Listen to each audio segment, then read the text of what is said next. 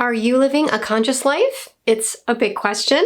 Also, what even is consciousness? I was asked about this recently, and it prompted me to sit down and actually think about it.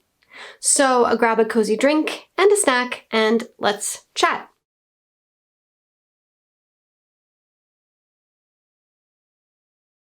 First, I wanted to just clarify that I'm not talking about consciousness in the sense of our mental ability to take in and quantify stimulus, to see and understand physical reality, like the conscious versus subconscious versus unconscious mind. That's not what we're talking about here. In order to get down to business, I thought I'd read you the thoughts that I jotted down this morning when answering this question to get to the point quickly, and then we can break it down a bit. So the question was whether a person has to be conscious of the fact that they are unconscious in order to be able to do the work to live a more conscious life. And here's what I said. I think it has to just start with acknowledging that you're not living the kind of life you want, and that you have the power to make changes to it. Plain and simple. Some people know inside that they're not in alignment with who they want to be, or they know that they could be more if they had more agency, understanding, and intention behind how they're living. But they won't do anything about it necessarily without outside influences that push them to actually face the truth and then show them that it's possible. Show them what you could do if you actually took action. And from there, they can take off and drastically change their lives, becoming more and more conscious as they go. And it doesn't necessarily have to look like a spiritual awakening or waking up to how many of us understand and see the universe after taking that specific journey. For some people, it's just becoming more empowered to discover who you are and what you really want.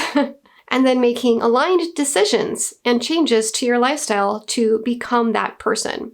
And there are definitely tons of unconscious people who will never even look far enough inside of themselves to get past the first step. But for those people who are willing to, they can become conscious in many ways that could improve their lives and the world. So basically, in my opinion, there are two kinds of consciousness. Consciousness of yourself, and then consciousness in the spiritual sense. And people will need different kinds of guidance and support for both kinds, depending on where they are on their journey. The only thing they need to be to get started is curious. Without that, they will definitely remain unconscious to both. So let's dive into the first kind of consciousness, a personal consciousness, which allows you to live a more conscious life. In this context, I think when you shift from living an unexamined life to one where you allow yourself to follow your curiosity about what lies underneath the surface, you become conscious. I'm going to drop some anthropological knowledge on you. So when we enter the world, we go through a period of being conditioned to exist within the sociocultural structure of our people's way of life, which can be different depending on where you're from and who your people are. As children, we learn our worldview by exposure, then imitation. We're like an empty vessel that's gradually being filled by what we are told, what we see, and then what we experience.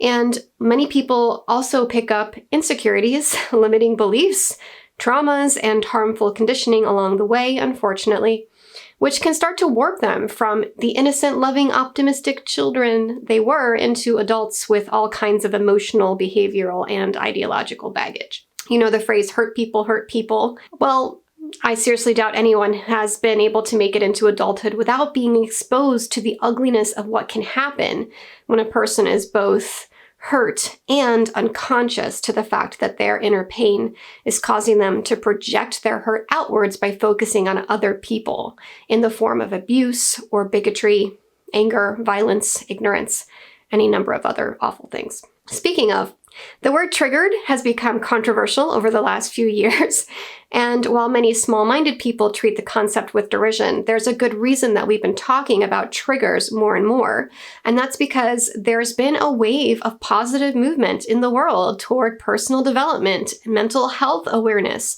and the awakening of people to a more conscious life. You know that angry relative you have who always blew their top when someone mentioned a certain topic, like their hope for progress regarding a certain social issue or billionaire moguls or healthcare? Well, even though they would never admit it, it's because they'd been triggered.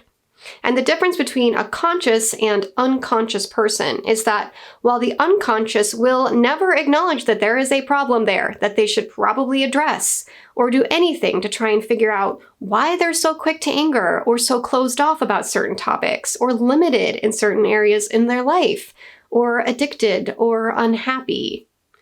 A conscious person is open and reflective enough to look at themselves and ask why they are reacting or behaving in that manner.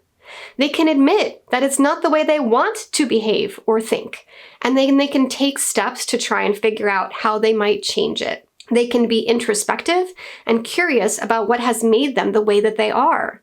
They can recognize that their experiences, upbringing, and social conditioning may have actually affected them negatively or created harmful patterns in their life. They can look around and acknowledge that this process has probably happened to everyone around them, and that beneath people's exterior probably lies a person that is in pain, and also has the potential to be healthier and happier if they do some work to uncover a more authentic version of themselves. Wild stuff, right?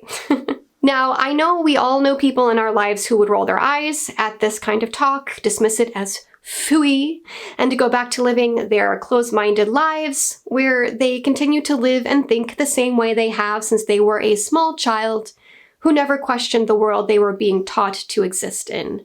And I want to make it clear that that's okay.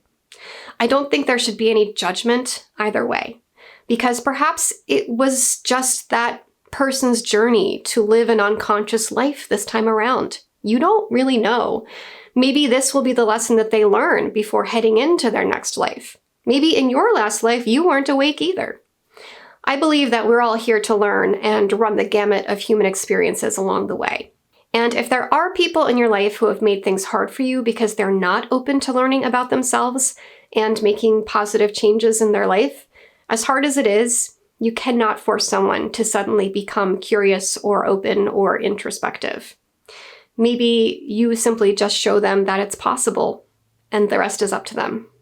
But for those who are starting to make these connections and look into personal development practice, self-discovery, and all of that, here are some of the things that I recommend to help you become a more conscious person. Therapy, coaching, journaling, shadow work, nature, grounding, movement like dance, yoga, or qigong, meditation, affirmations, sound healing, energy work like Reiki, personal development adjacent books, meetups or events with like-minded people, creative practices like art, music, pottery, or writing, and just trying to live more intentionally and intuitively.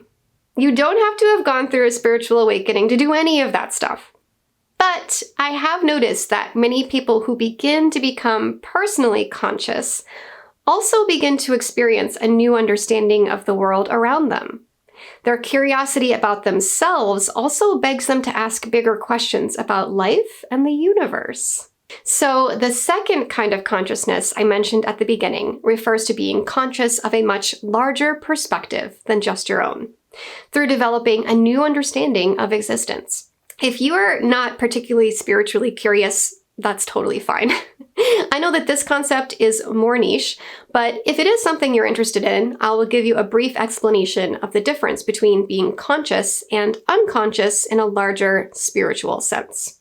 So for this, we have to go a little esoteric. I am going to be talking about the 3D world versus 5D consciousness. So the 3D world is what we can see and sense around us, and the things that entrap our minds with lower level thoughts and emotions. People who are stuck in the 3D world are really only concerned with things that affect their everyday lives, their status, their success, in what we have deemed culturally significant in the modern zeitgeist. Think materialism, public opinion, social media likes, gossip, judgment, control of others, drama, sex, vices, etc. I think of this anytime I watch one of those reality dating shows. Pick any one of them, and everything that happens on that TV is basically a soul-sucking example of 3D living. There's also a resistance to questioning how things are done. There's a lot of egoic control that prevents growth and change, and there's a lot of closed-mindedness and fear. As you can imagine, the unconscious person I described earlier is living in the 3D, and they don't have any idea that there is another way. Now, the 5D is basically a higher level of consciousness that many believe humans are in the process of upgrading to, like the next stage of our evolution.